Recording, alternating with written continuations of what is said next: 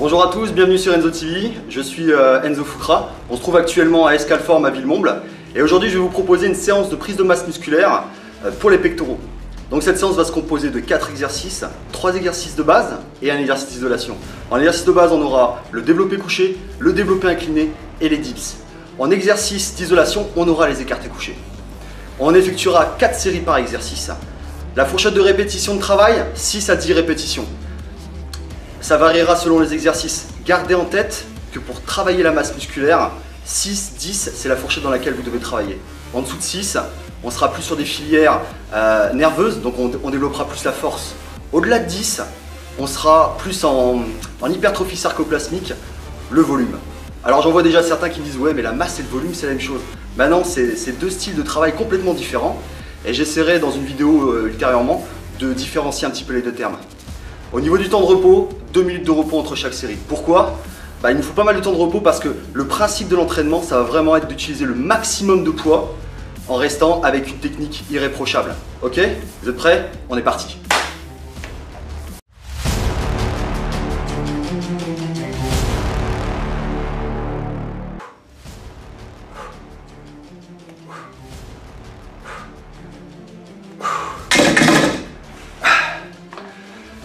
Ok, avant de commencer, je vais faire une petite aparté sur le rôle de l'échauffement et son importance. En fait, cette étape, elle est un peu trop boudée, elle est un peu trop zappée par les pratiquants, alors qu'en fait, elle est primordiale pour vraiment réaliser une séance de qualité. Un bon échauffement, ça va vous apporter deux choses. La première des choses, c'est l'assurance de vous prémunir contre d'éventuelles blessures. Avec un bon échauffement, on va chauffer les articulations, les tendons, on va s'assurer d'avoir une bonne élasticité musculaire. Et la deuxième des choses, on va maximiser notre potentiel de séance. Comment? On va améliorer la vascularisation. Une meilleure vascularisation est égale à meilleur transport d'oxygène. Plus d'oxygène est égal à plus d'ATP, donc plus d'énergie. Et deuxièmement, ça va vous permettre de stimuler le système nerveux afin de profiter vraiment d'une qualité de contraction maximale. Donc ne zappez pas l'échauffement. Alors, comment on s'échauffe? Personnellement, je vous conseille de réaliser 3 séries d'échauffement avant votre série effective. Première série, une série de 15 à 20 répétitions à peu près 20-30% de la charge utilisée, de la première charge que vous allez utiliser. Deuxième série, de 10 à 15 répétitions à peu près 50% de la charge que vous allez utiliser. Et enfin, dernière série, on va plus être sur du 5-8 répétitions à 75% de la charge que vous allez utiliser.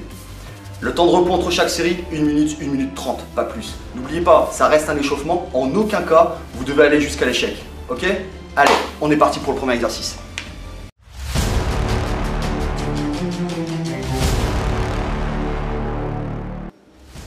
On est parti pour le premier exercice, le développé couché. On ne le présente plus, ça reste l'exercice phare pour le développement des pectoraux. C'est un exercice polyarticulaire, comprenez par là qu'il va non seulement travailler effectivement les pectoraux, mais il va aussi développer l'avant de l'épaule, les triceps et les dentelés. Donc le développé couché peut paraître simple d'exécution, mais ça reste un mouvement qui reste très technique. Donc je vais vous donner 2 astuces pour vraiment potentialiser votre exécution du développé couché. La première d'entre elles, maintenir les omoplates collées contre le banc. Ça va vous assurer quoi? Ça va vous assurer pendant le mouvement de poussée de garder l'épaule en position basse et de s'assurer que l'ensemble, 100% de la tension que vous allez accumuler sera focalisée sur les pectoraux. Si vous ne gardez pas les omoplates collées contre le banc, qu'est-ce qui se passe? Regardez, c'est très simple. J'ai mon omoplate qui va faire saillie, j'ai mon épaule en fin de poussée qui va légèrement se projeter vers l'avant. Je perds cette fameuse tension au niveau des pectoraux et c'est les épaules qui vont prendre le relais. C'est pas du tout ce qu'on veut. On veut maintenir 100% des tensions au niveau 100% de la tension au niveau des pectoraux, donc gardez bien les omoplates collées contre le banc. La deuxième astuce, s'il vous plaît, ne verrouillez pas complètement les bras en fin de poussée. Pourquoi? Pour 2 raisons. Une raison préventive et une raison, on va dire, d'efficacité de mouvement, d'efficacité de travail. La préventive, c'est bien simple. Si vous verrouillez brutalement et complètement les bras en fin de poussée, qu'est-ce qui se passe? Vous allez accumuler un stress au niveau du tendon, au niveau de l'articulation. Un tendon qui est stressé, c'est un tendon qui va finir par s'enflammer. Et un tendon enflammé, ça mène à quoi? Ça mène à une tendinite.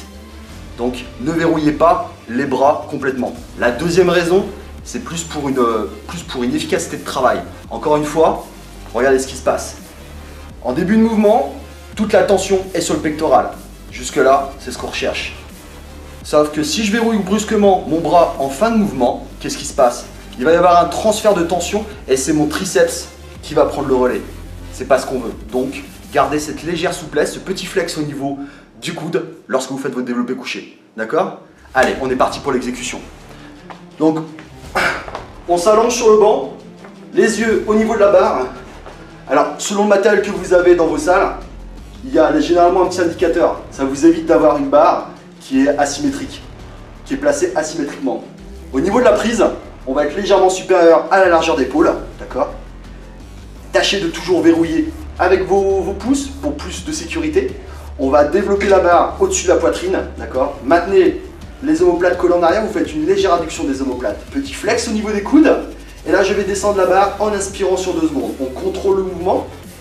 On descend la barre sur une ligne téton, sternum, téton. Pas trop basse, ni trop haut. Gardez ce repère. Contact avec la poitrine, sans pause de barre. Et je pousse de manière énergique sur 1 seconde, en expirant. Voilà ce que ça donne.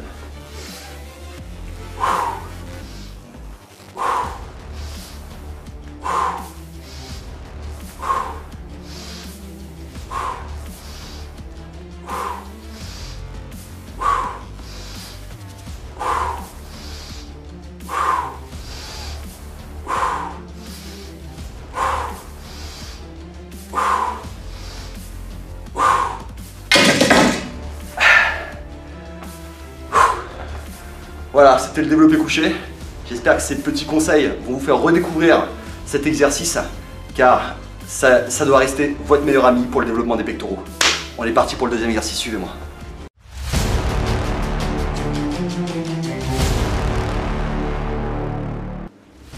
Deuxième exercice, le développé incliné. Cette fois-ci, on va travailler la partie haute, la partie claviculaire des pectoraux. Ok? Allez, je vous montre l'exécution. Donc on s'installe sur le banc, les yeux sous la barre, écartement légèrement supérieur à la largeur d'épaule. On va crocheter avec les pouces, on va développer la barre au-dessus de la poitrine, les épaules en position basse, donc on va faire une adduction des omoplates, coller contre le banc. Et là, l'erreur qui est souvent commise, c'est d'en fait descendre la barre trop haut au niveau de la clavicule, voire limite à ras du cou. Là, vous allez stresser l'épaule. Descendez la barre sur la partie haute des pectoraux. J'inspire en descendant sur 2 secondes, contact avec la barre sans la poser. J'expire en gardant quoi? Ce petit flex au niveau des coudes. J'inspire, je pousse de manière énergique sur 1 seconde. Allez, c'est parti.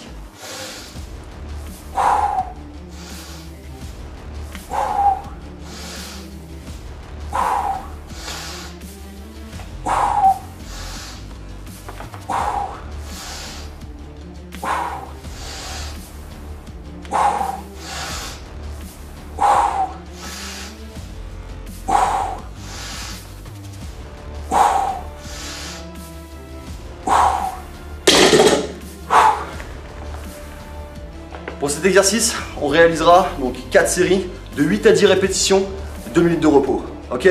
Allez, on est parti pour le troisième.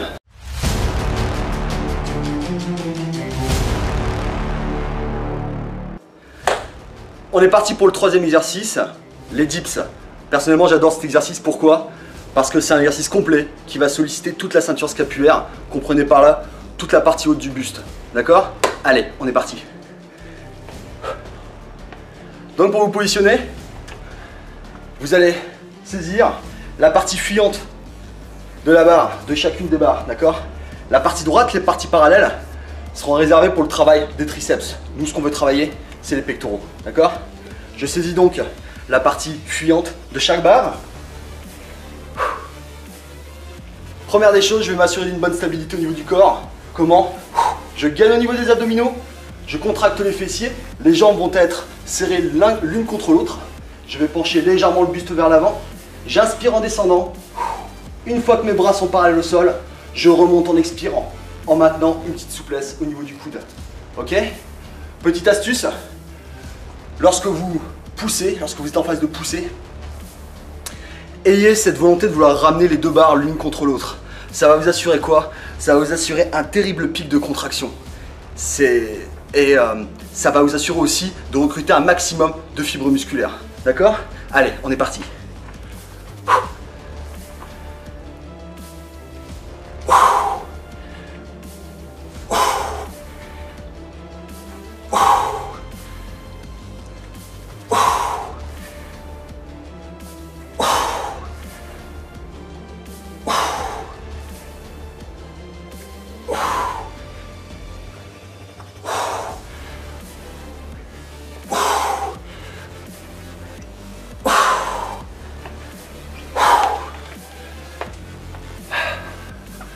J'adore la sensation que procure cet exercice.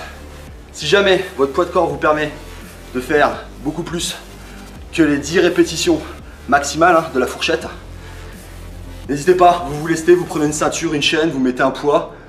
Ou alors pour ceux qui réussissent, vous prenez une haltère, vous la calez entre les pieds. Quoi qu'il en soit, cet exercice, ce sera 4 séries, 8 à 10 répétitions. Allez, on est parti pour le dernier exercice.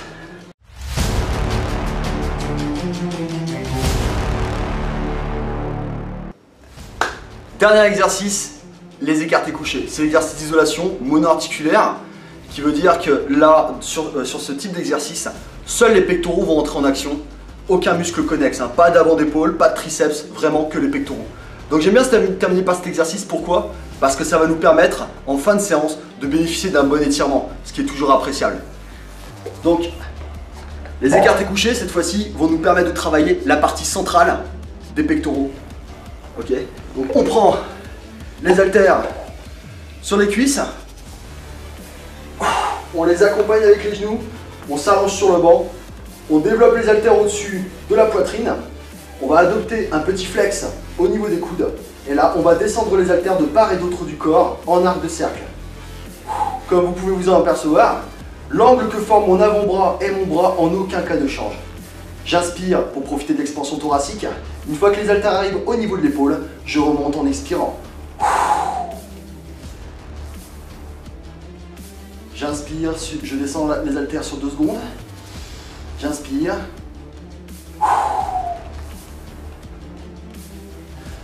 J'inspire.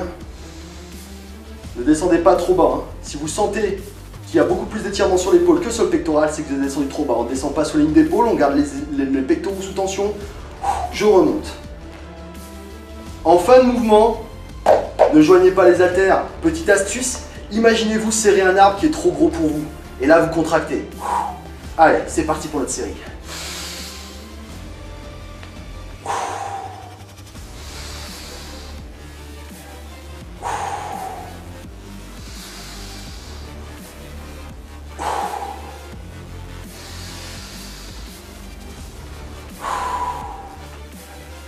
J'inspire. J'expire, je contracte. J'inspire.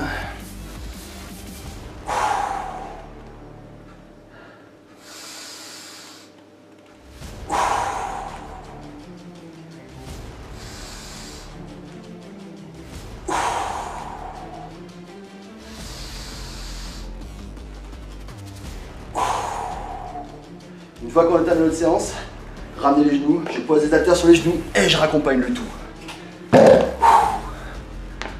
C'était les écartés couchés. Voilà, cette vidéo est terminée. J'espère que vous avez aimé la séance, j'espère que vous allez la tester. Si c'est le cas, vous n'hésitez pas, vous laissez des commentaires pour partager vos ressentis, vos sensations. Si jamais cette vidéo vous a donné envie de suivre la chaîne et de voir les futurs contenus qui vont y être dispensés, notamment la semaine prochaine, une vidéo sur un entraînement de masse triceps biceps en superset, vous n'hésitez pas, vous vous abonnez. D'ici là, je vous souhaite tous un très bon entraînement et je vous dis à bientôt. Vous étiez sur Enzo TV, bye bye, ciao.